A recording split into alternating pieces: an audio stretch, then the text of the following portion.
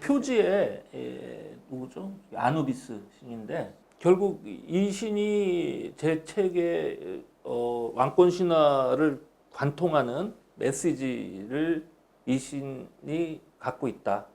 이 신으로부터 받았다는 거예요. 그러니까 어떤 얘기냐면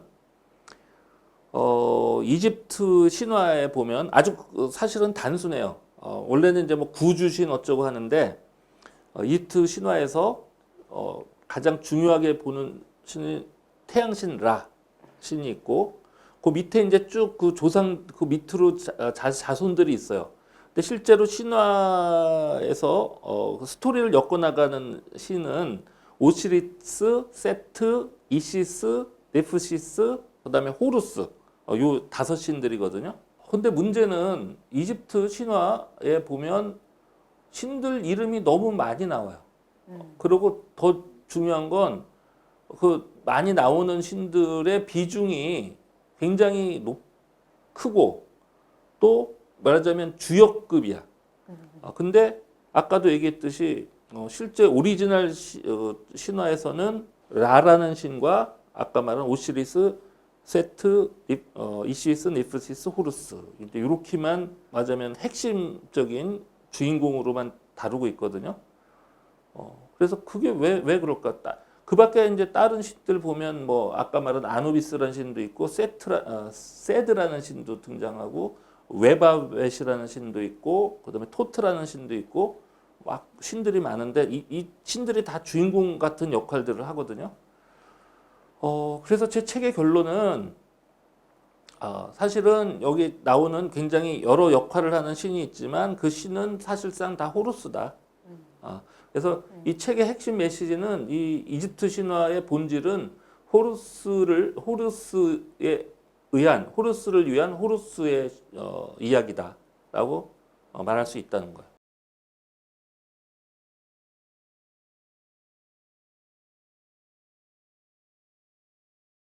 근데 조금 전에 그 말씀드린 것 같은 그걸 깨닫는데 상당히 힘들었죠. 예. 특히 이 뭐죠? 비중이 있는 신들, 아누비스, 아까 토트 이런 신은 사실 아까 말씀드렸던 버무서에서 나온 그런 번역서 이집트 신화에 보면은 각각 독특한 캐릭터로 이렇게 해서 아주 전혀 다른 신으로 해석이 돼 있어요.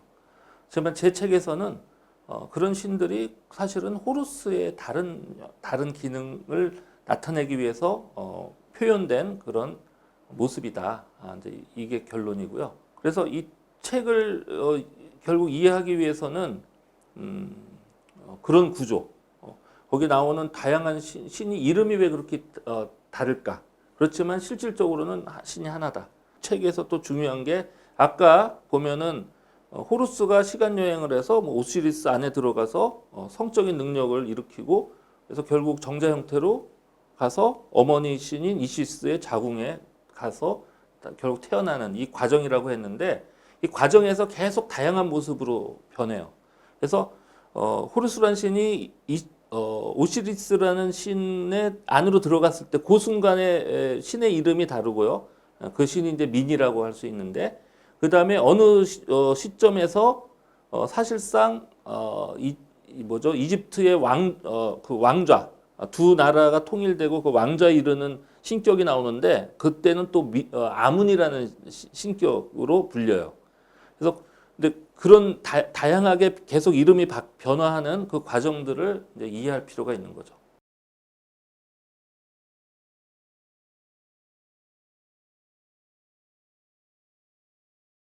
나름 연구하고 있는 거는 이집트 문명하고 그 고대 메소포타미아 문명, 고대 이집트 문명과 고대 메소포타미아 문명이 우리가 알고 있기로 상당히 최초의 4대 문명 중에 하나로 이제 알고 있잖아요.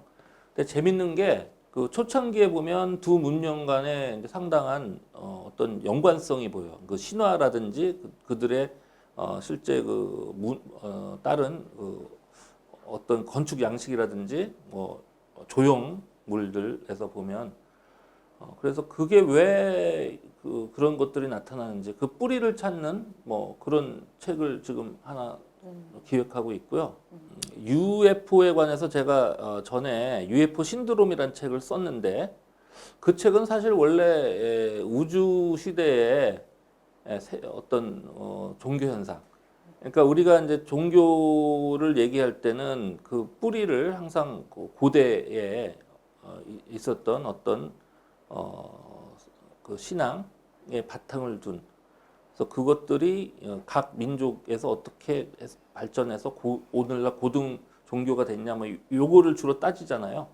근데 제가 봤을 때는 그 책을 쓸 그 시점에서는 UFO 현상이라는 게 초첨단 우주 과학 시대에 새로운 종교를 만들어낼 수 있는 그런 충분한 모티브가 있다. 이제 그런데 착안해서 사실은 그 책을 썼던 거예요. 그 책을 쓰고 또 그 책 때문에 이제 유명해져서 실제로 UFO 목격한 사람들 만나고 뭐 이러다 보니까 이제 그 중에는 공군 조종사들도 있었고 그래서 이게 단지 어떤 신화적인 문제 또는 심리적인 뭐 그런 부분이 아니다라는 생각을 하게 됐고 그래서 후속으로 좀 더 그것이 실제로 어떤 외계 문명과의 지구 문명 간의 조우 일 가능성을 열어놓고 보는 그런 내용의 책도 지금 구상을 하고 있고 어느 정도 지금 많이 썼고 원래 그런 아이디어는 그 칼 세이건이 이제 처음 했고 젊은 시절에 그런 구상 그런 것들 자기 저술을 통해서 이제 표현을 많이 했는데 결국 나중에 중견 과학자가 되고 이제 그러면서 그런 아이디어 그런 신선한 내용들을 다 포기하죠. 왜냐하면 주류학계에서 그런 것들은 굉장히 불문에 붙여야 되니까 금기 사항이죠. 그러면서 이제 뭐 세티 계획 이쪽으로 빠지면서 이제 UFO나 이런 쪽에 대해서 단절을 하게 되는데 저는 이제 그런 행적을 쭉 추적하면서 그 사람이 제대로 접근하지 못했던 왜냐하면 최근에 와서 2020년 이후에 미국에서 아주 굉장히 중요한 사건들에 대한 정보들이 쏟아져 나오고 있고 그래서 그런 내용들까지를 포괄해서 한번 칼 세이건이 그 생각했던 어렸을 때 생각했던 게 사실은 맞다라는 어떤 메시지를 전달하는 뭐 그런 책도 하나 구상하고 있어요.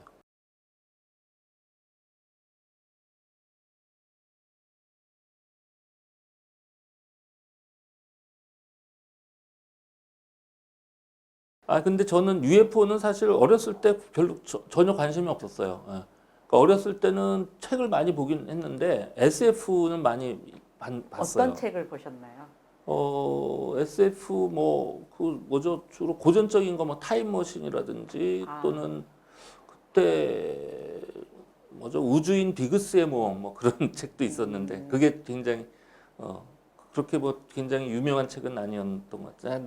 되게 재밌게 본 책인데 뭐 그런 류를 좋아했는데 어떻게 보면 UFO에 관심 갖게 된 건 오히려 그 대학교 때 네. 제가 4학년 때인가 그 과학과 종교라는 교양 과목을 들었는데 그게 도올 김용옥 선생의 형님인 김용준 교수님이라고 고려대학교 화학공학과 교수님이었는데 그분이 그걸 강의하러 이제 서울대에 왔었어요. 그래서 그분 강의를 듣고 물론 그분이 뭐 거기서 UFO 얘기를 한 건 아니고 근데 그 평가를 이제 레포트로 해서 평가를 하는데 그 레포트에 뭘 다룰까 고민을 하다가 UFO가 과학과 종교하고 좀 관계 되지 않냐 그래서 이제 착상을 해서 그걸 썼어요. 그래서 냈는데 좋은 평가를 못 받았죠. 너무 짧은 시간에 이렇게 뭐 자료도 없고 뭐 이런데 그래서 그 후에 이제 제가 4학년 마치고서 석박사 과정 바로 안 가고 이제 병역 특례로 이제 기업 연구소에서 이제 하면서 그때 썼던 레포트를 계속해서 이제 뭐라고 그럴까 조금씩 더 보강하는 작업들을 하게 되고 그러다가 그걸 이제 여기 몇 군데 기고하니까 또 받아주고 과학동화 뭐 또 뭐 계몽사에서 그때 나왔던 뭐 뉴턴 과학 뉴턴인가 뭐 그런 데 하고 그러다가 이제 뭐 방송사 뭐 라디오라든지 뭐 이런데 또 나가면서 그러다 보니까 또 더 자료가 필요하니까 또 더 모으고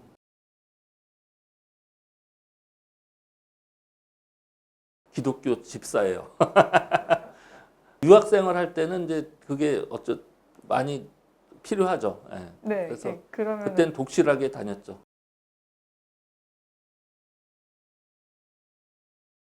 모르겠어요. 아마 UFO니 뭐 하면은 이제 일단 좀 반종교적이거나 좀 이상하게 보는 그런 시각들이 있는데 제가 보기에는 어떤 적은 없다고 봐요. 왜냐면은 사실 내가 아까도 얘기했듯이 이 UFO를 관심을 처음 갖게 된 게 종교와 과학에 관한 문제를 다루면서 관심을 가졌고 그 문제의식 자체는 건전한 거죠. 그러니까 내 종교 신앙이나 뭐 이런 거하고 부딪히는 문제가 생긴다. 그러면은 결국은 뭔가를 서로 어떤 선에서 타협을 해야 되는 게 맞다고 보고요. 근데 그런 거는 사실은 아마 그 종교 개혁에 대해서는 되게 단편적으로 아실 텐데 천주교보다는 개신교가 훨씬 친과학적이에요. 그래서 루터나 켈빈이 과학에 대해서는 굉장히 우호적인 태도를 취했어요. 그러니까 과학적으로 드러난 사실을 우리가 구태여 종교적인 잣대로 재단할 필요 없다. 그러니까 과학은 과학적인 세계관 그거와 종교적인 세계관은 서로 다른 목적, 다른 맥락에서 해석되어져야 되지. 그거를 문자 그대로 꽤 맞춰갖고 서로 싸운다는 거는 굉장히 무의미하고 인류 발전에 저해가 된다. 오히려 그 종교개혁의 아버지들은 그런 스탠스를 취했거든요. 그런 측면에서 천주교보다 훨씬 개신교가 이제 그 과학에는 우호적이었고, 그래서 그런 것들이 사실은 원래 그게 저건데 역시 이것도 이제 이 종교도 상당히 뭐라 그럴까 이제 일반인들은 과학에 대한 지식이 너무 낮잖아요. 그러니까 이제 그런 데 대한 오해, 편견 뭐 이런 것들이 있고 뭐 굉장히 싸우겠다고 하는데 어떤 과학적으로 사실이 드러난 거를 종교 때문에 포기시키거나 그거를 묻을 필요는 없잖아요. 실제로 외계인이 나타났는데 그거 어쩌라고.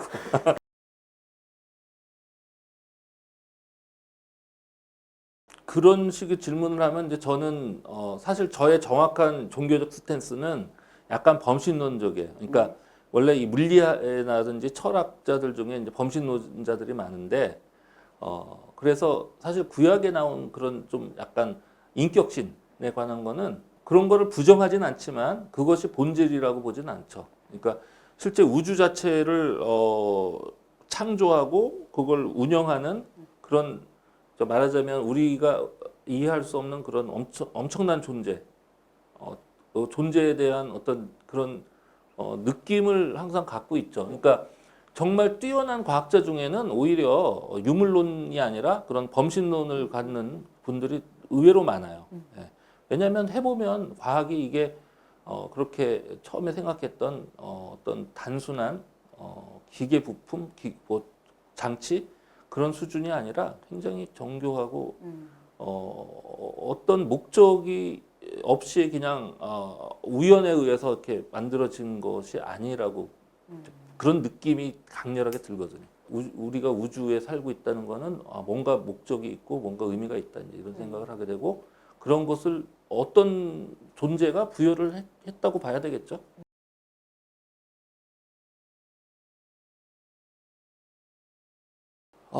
그 부분이 참 핫한 이슈였고 제가 이제 다음에 쓰려고 하는 이제 UFO 관련된 책에도 그 얘기가 나와요. 왜냐하면 그 부분은 이제 사실 아까 타임머신 되게 재밌게 어렸을 때 봤다고 했잖아요.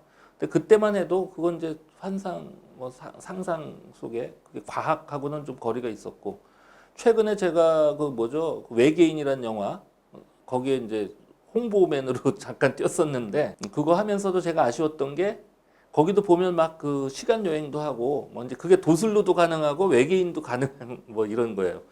그래서 그런 접합점을 좀 잘 살려서 영화를 만들었으면 그러니까 다시 말하면 외계인의 어떤 능력 중에서 마술적인 부분을 잘 추출하고 그다음에 우리 그런 그 도술 얘기 거기서도 황당무계한 걸 좀 걷어내고 좀 더 SF적인 그런 부분들을 잘 추려서 그걸 접합해서 얘기 이렇게 잘 만들었으면은 굉장히 뭐랄까 거부감 없이 이렇게 빠져들 수 있는 그런 스토리 전개가 됐을 텐데 그걸 실패했더라고요. 제가 개인적으로 전우치 영화 되게 좋아하거든요. 되게 잘 만든 영화고 그 안에서 그 완결성이 있는 거예요. 근데 그거를 갑자기 SF하고 딱 섞으면서 두 가지 그런 고려를 안 하고 그냥 짬뽕을 시켜버리니까 영화가 너무 정신이 산만하더라고요. 근데 얘기가 좀 빠졌는데 근데 그 타임머신에 관한 얘기가 사실은 엄밀한 의미에서 타임머신이라고 그런 부분만 추려서 볼 수는 없지만 사실은 칼 세이건이 컨택트라는 책을 SF 소설을 썼어요.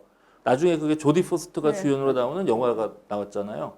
그래서 사실 거기서 원래 목적은 먼 은하 저편 어디에 먼 곳에 있는 외계인과의 어떤 교류, 직접적인 교류 가능하다는 걸 보여주기 위한 거였고 그 영화에서 깔려 있는 과학적인 배경은 웜홀 여행이에요.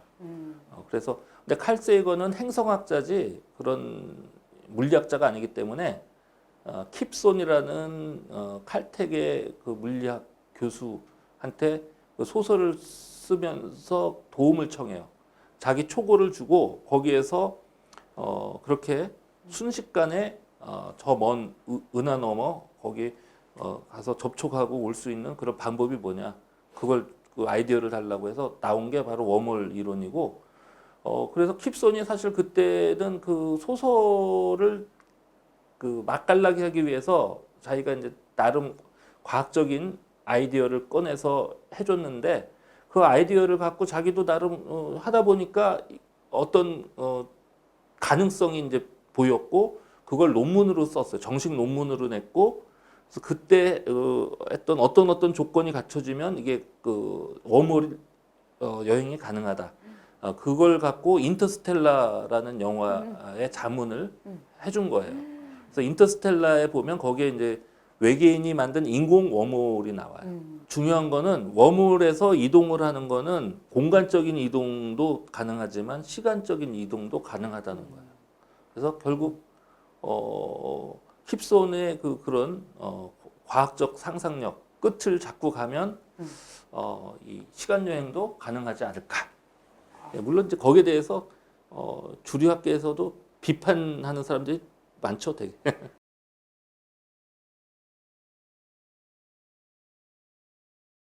관심 있는 학자들은 아직 못 본 것 같고요. 근데 저는 어쩔 수 없이 이제 UFO를 하다 보면 결국은 가장 중요한 질문이 자, 외계인이 있다면 저 먼 데서 여기 지구까지 어떻게 이렇게 왔다 갔다 할 수 있냐 내지는 뭐 하여간 그런 질문들이 많이 나오잖아요. 그래서 이제 나도 이것저것 하다 보니 결국 웜홀 이론이라는 것이 굉장히 매력적이더라고요. 그래서 그런 쪽을 좀 나름 좀 공부를 했죠.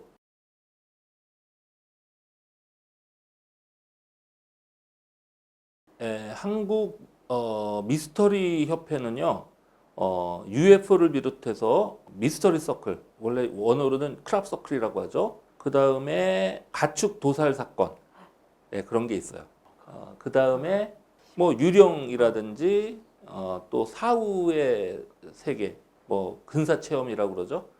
등등 뭐 유사과학이라든 그렇게 부르기도 하고 또 뭐 미스터리한 그런 것들을 관심을 그런 것들에 관심 갖고 있는 이제 사람들이 이제 같이 모여서 만든 협회고요. 그런 쪽에 대해서 대중적인 관심사를 가진 사람들이 서로 자기 의견 교환하고 그래서 1년에 몇 번씩 모여서 같이 세미나도 하고 그럽니다.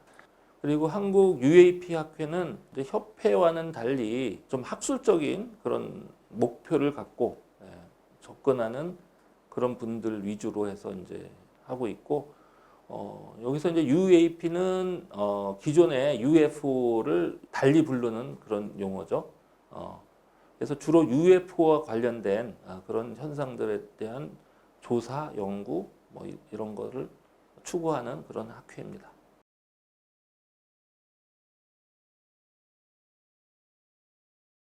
어떻게 보면 아까부터 이제 계속 강조를 하지만 이집트 문명은 오늘날 이 현대 문명의 어떻게 보면 뿌리라고 할 수 있는 그런 문명이죠. 그러니까 그 중간 단계에서 그리스 로마 문명 또는 근대 이렇게 쭉 해서 발전 단계가 있어 왔지만 그 아주 근본적인 그 뿌리는 우리 인류의 사상과 철학의 뿌리는 이집트에서 왔다라고 보면 되고요.